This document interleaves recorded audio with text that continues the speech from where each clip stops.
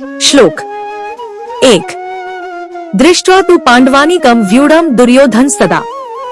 आचार्य मुपसंग में राजा वचन ब्रवीत। इसका अर्थ यह है कि संजय ने कहा है राजन, पांडुपुत्रों द्वारा सेना की व्यूहरचना देखकर राजा दुर्योधन अपने गुरु के पास गया और उसने ये शब्द कहे।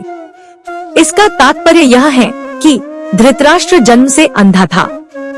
दुर्भाग्यवश वह आध्यात्मिक दृष्टि से भी वंचित था। वह यह भी जानता था कि उसी के समान उसके पुत्र भी धर्म के मामले में अंधे हैं और उसे विश्वास था कि वे पांडवों के साथ कभी भी समझौता नहीं कर पाएंगे, क्योंकि पांचों पांडव जन्म से ही पवित्र थे। फिर भी उसे तीर्थ स्थान के प्रभाव के विषय में संदेह था। इसीलिए संजय युद्धभूमि की स्थिति के विषय में उसके प्रश्न के मंतव्य को समझ गया। अतः वह निराश राजा को प्रोत्साहित करना चाह रहा था। उसने उसे विश्वास दिलाया कि उसके पुत्र पवित्र स्थान के प्रभाव में आकर किसी प्रकार का समझौता करने नहीं जा रहे हैं।